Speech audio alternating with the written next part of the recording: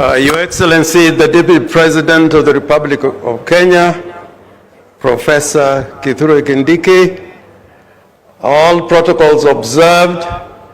I think I'm coming at the tail end.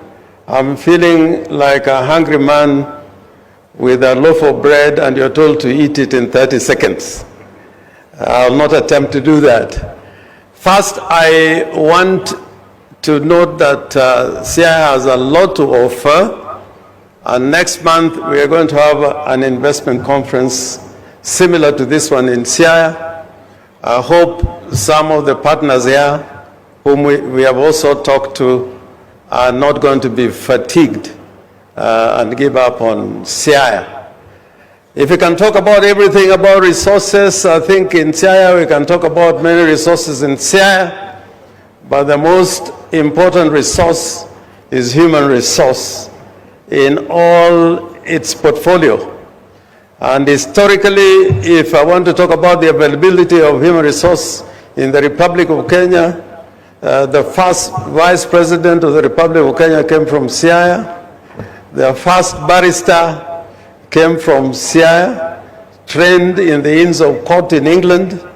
The first group of professors in the country who are lecturing in Makerere and abroad came from Siaya, and recently we lost Professor Bethel Ogot, and I hope I'll carry your condolences and sympathies to the family of Professor Ogot.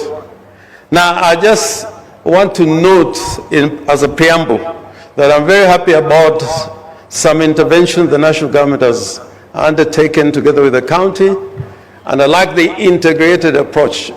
Like recently, we had a multi-ministerial delegation from Interior, from MITI, that's the investment ministry, from roads and communications. We had people from Kenya Shipyard talking about investing in the same place so that it is done in a planned manner. And that is about the port of, we are trying to build in Usenge. But more relevant to what we are discussing today, I wanted to say this. I think having listened particularly to what Senior Oparanya said, we should, in an investment conference, address the issue why we are not attracting as many investors as we wish. And investment conferences have taken place. When I was first elected in Parliament, we had an investment conference for Nyanza, presided over by Jaramogi Oginga Odinga. So it has been an ongoing conversation. One of the things that we learned when we had recently the investment conference hosted by Governor Nyong'o and sponsored by the Afrexim Bank. And we were talking about how investors can come directly to counties. And we found out there were so many roadblocks to an investor who wants, let's say, come to Siaya. We need to look at the legal framework to make sure that an investor who wants to invest in a county like Siaya can come there directly without legal hurdles. And I want to give a practical example of this. I was in a conference in Cairo where we were talking about urban and municipal development. And many delegations were going to Afrexim Bank signing deals. But we were busy at the conference talking about what we must do. And when we addressed the issue why that was happening, they said we should address the legal framework that makes it possible for investors to come directly to counties. For example, if you wanted to go into a private-public partnership under the current framework, you cannot succeed in 5 years. You cannot succeed in 5 years. And it has not been done. The counties that have tried have not succeeded. So I think we need to look at that framework.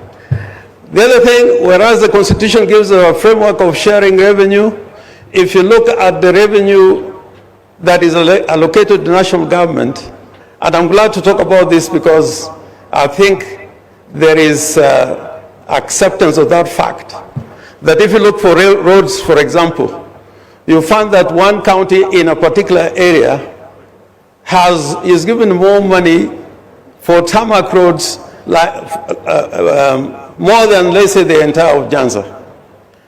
With that type of situation, it will be very hard for this region to move ahead.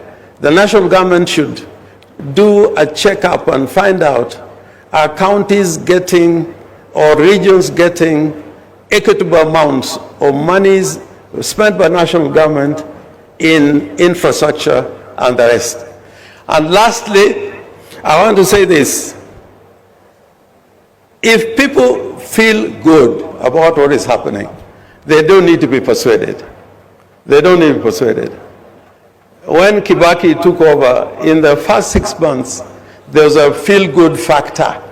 And I'm challenging ourselves that having gone through these processes and in election cycles, we need to take measures that the ordinary Kenyans at the end of the day can say, we feel good, what is happening to us, what services are being delivered to us. And this investment conference will deal with this issue if you can open up the counties and the regions. I don't want to go beyond that. I thank you. And thank you very much, the organizers. Thank you very much, Jim. Could I ask the deputy governors who are here to just stand and wave? I see my deputy governor is there, Dr. Willie, and others. Please, where you are. I'm sorry, this light is too strong. But anyway, thank you so much. Mr. Deputy President, thank you very much for letting us share your time. I'm sure that what has been said here is useful to your ears. And please come again to Kisumu and stay longer. I will be a very good host, and you know why I say so. Asanteni sana. Asante sana. Tafadhali kila mmoja naomba kwa heshima tusimame.